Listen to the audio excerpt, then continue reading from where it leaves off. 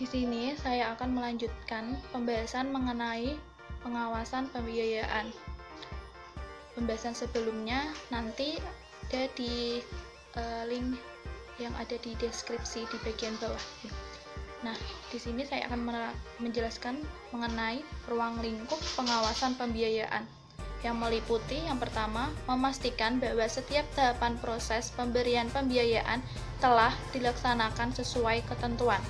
Yang kedua, memastikan bahwa persyaratan pembiayaan telah dipenuhi oleh nasabah. Selanjutnya yaitu monitoring, penguasaan, dan pengamanan jaminan. Yang terakhir ada monitoring pemenuhan persyaratan yang hingga saat pencarian pembiayaan belum dipenuhi nasabah. Yang selanjutnya yaitu objek pengawasan pembiayaan.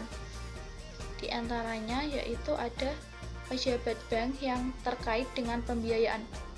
Pejabat bank di sini itu yang dimaksud adalah anggota komite penyaluran pembiayaan dan pejabat lainnya yang terkait. Yang selanjutnya yaitu jenis pembiayaan. Objek pengawasan yang dilakukan harus meliputi semua jenis pembiayaan untuk memastikan bahwa produk tersebut telah sesuai dengan prinsip kehati-hatian dan prinsip syariah. Nah, yang terakhir itu pihak terkait dan tidak terkait bank. Pengawasan dilakukan kepada seluruh nasabah termasuk pihak terkait dengan bank. Khususnya pihak terkait dengan bank dan nasabah besar, pengawasan dilakukan secara intensif. Untuk yang selanjutnya, penjelasannya sebagai berikut. Di sini saya akan menjelaskan mengenai proses pengawasan. Dalam proses pengawasan meliputi kegiatan-kegiatan sebagai berikut. Yang pertama, menentukan standar. Yang pertama kali harus dilakukan adalah menentukan standar yang menjadi ukuran dan pola untuk melaksanakan suatu pekerjaan dan produk yang akan dihasilkan. Standar itu harus jelas, wajar, objektif, sesuai dengan keadaan dan sumber daya yang tersedia. Setiap bank mungkin mempunyai sistem pengawasan yang berbeda-beda. Terus yang kedua, yaitu pengukuran dan pengamatan terhadap jalannya operasi. Di sini pelaksanaan kegiatan operasional harus selalu diawasi dengan cermat. Kemudian, untuk keperluan tersebut harus dibuat catatan sebagai laporan perkembangan proses manajemen. Berdasarkan catatan tersebut, hendaknya dilakukan pengukuran prestasi, baik secara kuantitatif maupun kualitatif. Hasil evaluasi dijadikan bahan laporan, dievaluasi lebih lanjut lagi. Yang selanjutnya, penafsiran dan perbandingan hasil yang dicapai dengan standar yang diminta. Prestasi pekerjaan harus diberikan penilaian dengan memberi penafsiran apakah sesuai dengan standar, sejauh mana terdapat penyimpangan, dan apa saja faktor-faktor penyebabnya. Kemudian, tindakan koreksi terhadap penyimpangan.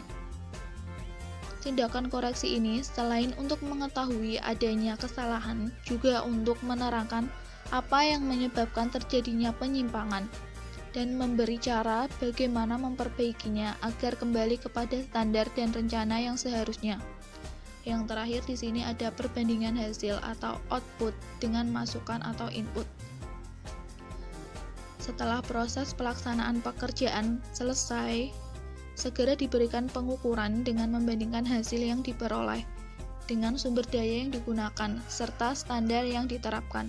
Hasil pengukuran ini akan memperlihatkan tingkat efisiensi kerja dan produktivitas sumber daya yang ada dan dapat digunakan sebagai standar dari harga pokok untuk menentukan harga jual, menentukan tinggi rendahnya efisiensi, dan sebagai bahan ukuran bagi penyusunan rencana yang baru.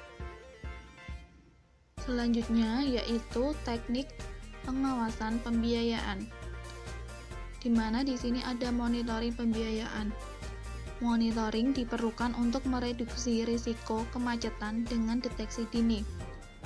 Di antaranya ada external information, di mana nasabah harus menyampaikan secara periodik tentang realisasi pembiayaan dengan proposal yang dibuat di awal. Yang kedua, ada inspeksi on the spot untuk mengecek kebenaran laporan dengan keadaan di lapangan. Yang kedua, ada internal information, di mana memeriksa mutasi rekening nasabah, awali tanggal angsuran setiap bulan dan pelunasannya sesuai jadwal atau tidak. Terus jaminan harus dipastikan mengcover sisa pembiayaan. Terus yang terakhir ada tunggakan angsuran nasabah harus selalu dipantau. Selanjutnya di sini ada control by exception atau pengawasan terhadap hal-hal yang masih menyimpang. Setiap pencairan pembiayaan pasti terdapat titik lemah dari bank akibat dari asimetris informasi. Maka, titik lemah bank harus menjadi titik berat pengawasan. Misalnya, jaminan yang letaknya di luar kota. Hal ini dilakukan agar tidak terjadi penyimpangan atau risiko yang lebih besar pada bank dan stakeholder. Selanjutnya di sini ada verbal control, di mana pemeriksaan atas hal-hal yang saling berhubungan. Dalam situasi dan kondisi tertentu, pihak bank membutuhkan informasi yang benar tentang debitur dengan teknik verbal control, yaitu dengan cara menyamar. Contoh ada laporan penjualan yang tidak wajar, maka bank akan menerjunkan pengawasan dengan cara menyamar untuk menguji informasi tersebut.